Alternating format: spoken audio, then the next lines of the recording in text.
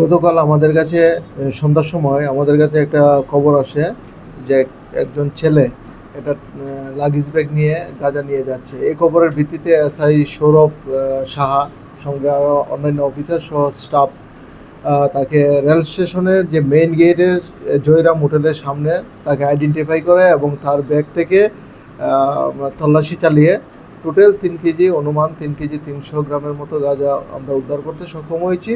পরবর্তী সময় আমরা একটা স্পেসিফিক এনডিপিএস অ্যাক্টের মামলা নিয়েছি, যার number 79/2025 under section 20B 2B 27 clause A of NDPS act.